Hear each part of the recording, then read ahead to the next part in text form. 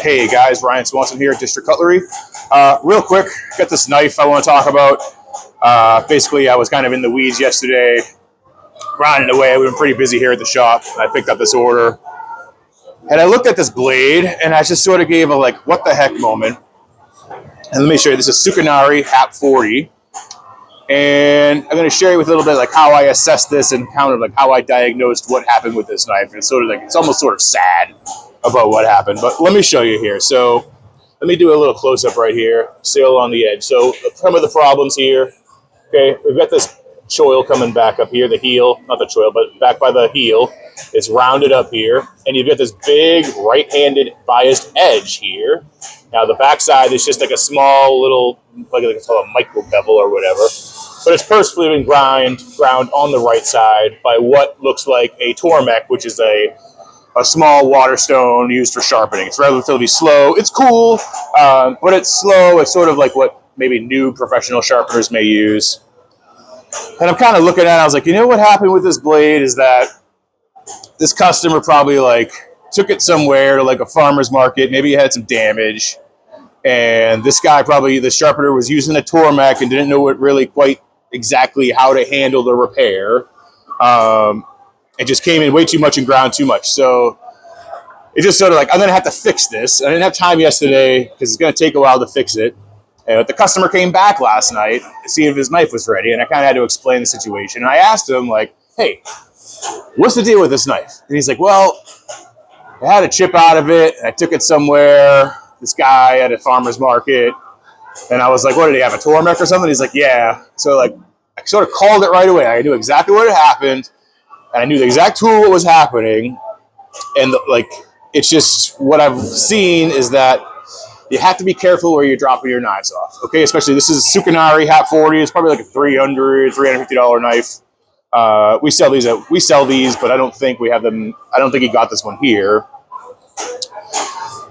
But it's just like, do you due diligence of just like, hey, there's some dude over here with a wheel or some machine. I'm going to drop my expensive knives off. Like, you have to be careful. Now, I'm not dissing any sharpeners out there. Like, I was new once. Okay, like I'm sure I made plenty of mistakes, and that's how you learn. So all the sharpeners out there, don't get discouraged. I'm not kind of like telling you like don't do this or that, but to the knife owner and the chefs out there, just like kind of inquire and do a little research before you drop off your knives to make sure they're using the right tools. Okay, like you should be seeing if the sharpener has water stones set up. So if they can do an edge on water stones, that's telltale sign. If you see a guy sharpening on stones, chances are he has some idea what he's doing. Okay, you see another guy with limited tools and what you're doing. He takes your knife in and doesn't even look at it. He's just like, all right, $5, blah blah blah.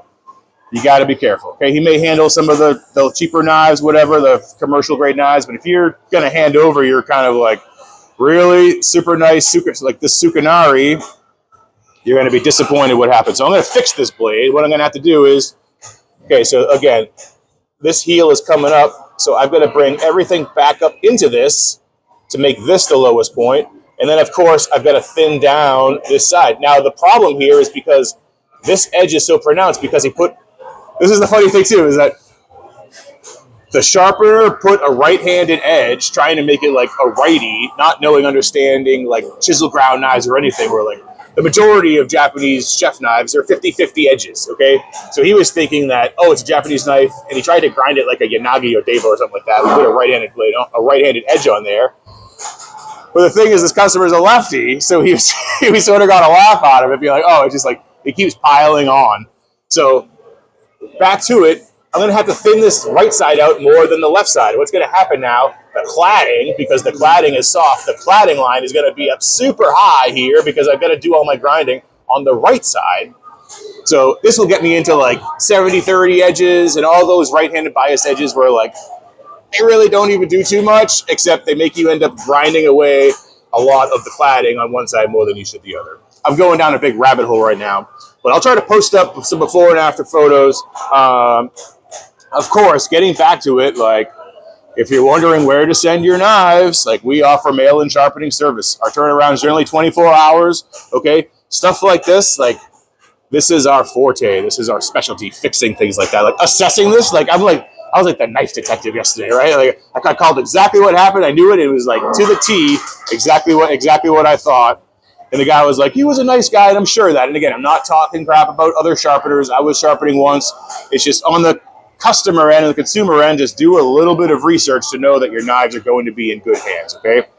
Even if you're in a pinch, I got to get my knife sharpened, like, this knife right now is pretty much useless the way it came back because this edge is probably done on like a 45 degree. I'm sure he had the angle guide on the Tormac being like, oh yeah, but like, it's just no bueno. Okay, so again, check out our website, mail-in service. We turn them around real quick. If you're unsure, there's a lot of options for thinning and repairs. If you're unsure, just send them in with your contact info. We'll reach out for payment. We always give the fairest price. Some knives will be more expensive than the others, depending on the grind and the thickness, all right? But, like, we do it all. We'll repair everything. Again, I'll try to get an after shot of what this will look like. You know, this is going to be a tough job. Have 40 is pretty tough steel. So, again, just be careful where you're sending your knives. All right, trust the professionals. You can trust us for sure. And that's it. Subscribe to this channel. Like it. And check out our website. We got a lot of good deals. Sign up for our email list for our monthly knife giveaway. All right, we're always doing some sweet regrinds, you know, giving away something cool. But yeah, that's it. Again, take your knives to a pro. All right, don't get stuck like this.